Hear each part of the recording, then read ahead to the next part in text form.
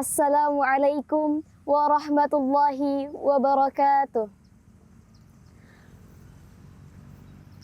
Alhamdulillahillazi arsala rasulahu bilhuda wa dinil haqqi liyuzhirahu ala dini kullihi wa kafa billahi syahida. Ashhadu an la ilaha illallah wa ashhadu anna Muhammadar Rasulullah. Allahumma salli ala sayyidina Muhammad wa ala alihi wa sahbihi ajma'in, amma ba'd. Segala puji hanya milik Allahu Rabbi, segala zat yang maha ghafur, zat yang maha syukur, yang telah memberikan beribu-ribu nikmat yang tidak terukur. Nikmat iman, nikmat Islam, sampai nikmat sehat walafiat, sehingga kita masih dapat berkumpul di tempat yang insya Allah diberkahi Allah Subhanahu wa Ta'ala.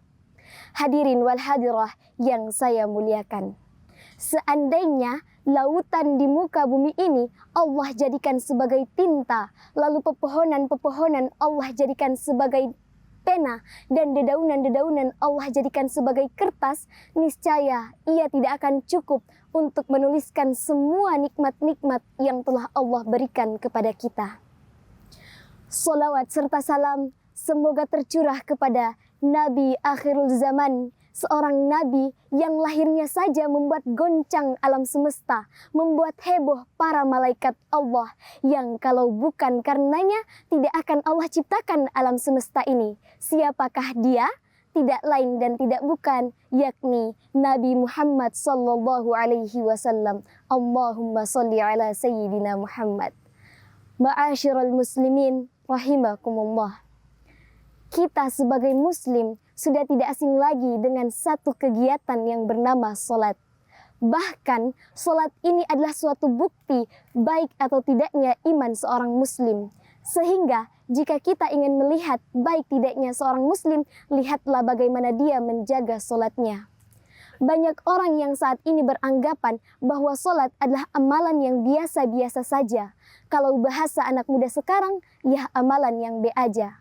Mungkin karena salat adalah kegiatan yang hampir setiap hari kita saksikan, kita lakukan, atau bahkan kita tinggalkan. Mendengar azan berkumandang, pura-pura tidak dengar. Bahkan anehnya lagi, banyak yang berpikir kalau salat dilakukan nanti saja ketika sudah tua. Kalau masih muda, ya nikmati hidup dulu, tidak usah berleha-leha melaksanakan salat. Na'udzubillah min zalik. Saya berdiri di hadapan para jamaah sekalian bukan untuk menggurui, karena saya pun masih belajar. Berdirinya saya di sini adalah sebagai seorang penuntut ilmu, sebagai santri yang meneruskan perjuangan Rasulullah Sallallahu Alaihi Wasallam, yakni berdakwah, menyampaikan pesan penting yang insya Allah akan bermanfaat bagi jamaah sekalian, terlebih untuk saya pribadi. Sesuatu yang menjadi jantung agama kita, menjadi denyut nadi dari keimanan kita, yakni salat. Salat merupakan ikatan antara kita dengan Allah Subhanahu wa Ta'ala. Bisa kita bayangkan ketika ikatan itu kendor atau bahkan mungkin terlepas, maka tidak ada lagi kekuatan dan daya upaya kita sebagai manusia. Karena sesungguhnya segala sesuatu yang terjadi, sumber kekuatan kita semua berasal dari kehendak Allah Subhanahu wa Ta'ala. Pemirsa TVRI dimanapun Anda berada, sebenarnya butuh waktu yang sangat lama jikalau kita ingin membahas mengenai salat. Namun pada kesempatan ini, saya hanya akan membahas satu hal yang sangat perlu kita ketahui mengenai salat, yakni salat merupakan solusi dari setiap masalah dalam kehidupan manusia. Mustahil jikalau ada manusia di muka bumi ini tidak memiliki masalah. Kaya maupun miskin, orang tua hingga anak-anak, semua memiliki masalah. Namun yang perlu kita ingat jemaah sekalian, bahwa Allah Subhanahu wa Ta'ala tidak mungkin menurunkan masalah kepada kita jikalau Ia tidak memberikan solusi kepada kita. Maka hadirlah salat sebagai obat, sebagai rahmat, sebagai penyejuk hati, sebagai penolong bagi manusia. Allah Subhanahu wa Ta'ala berfirman, A'udzu billahi minasyaitonir rajim. Bismillahirrahmanirrahim.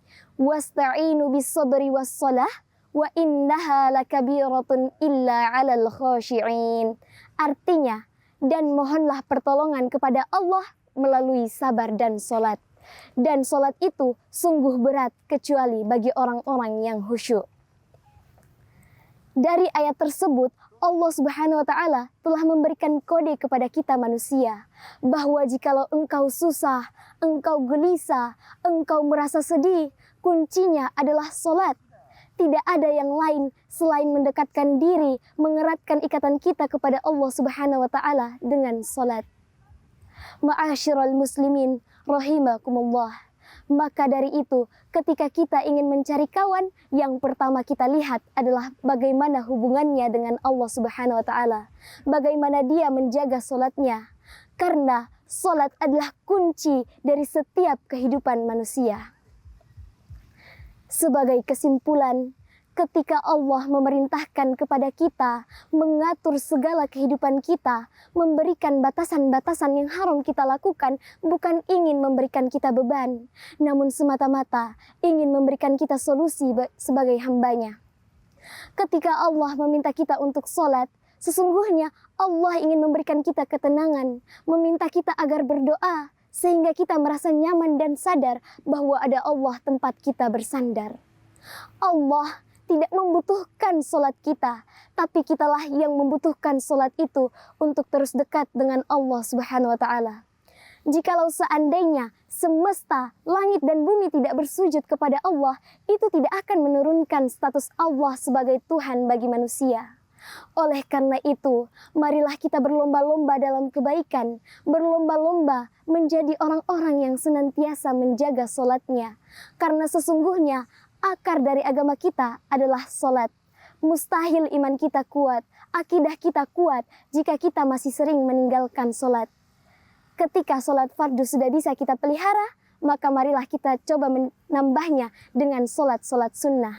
Ketika kunci kebaikan dan kebahagiaan ini sudah kita genggam, maka tidak ada lagi kesedihan, tidak ada lagi kekhawatiran bagi manusia.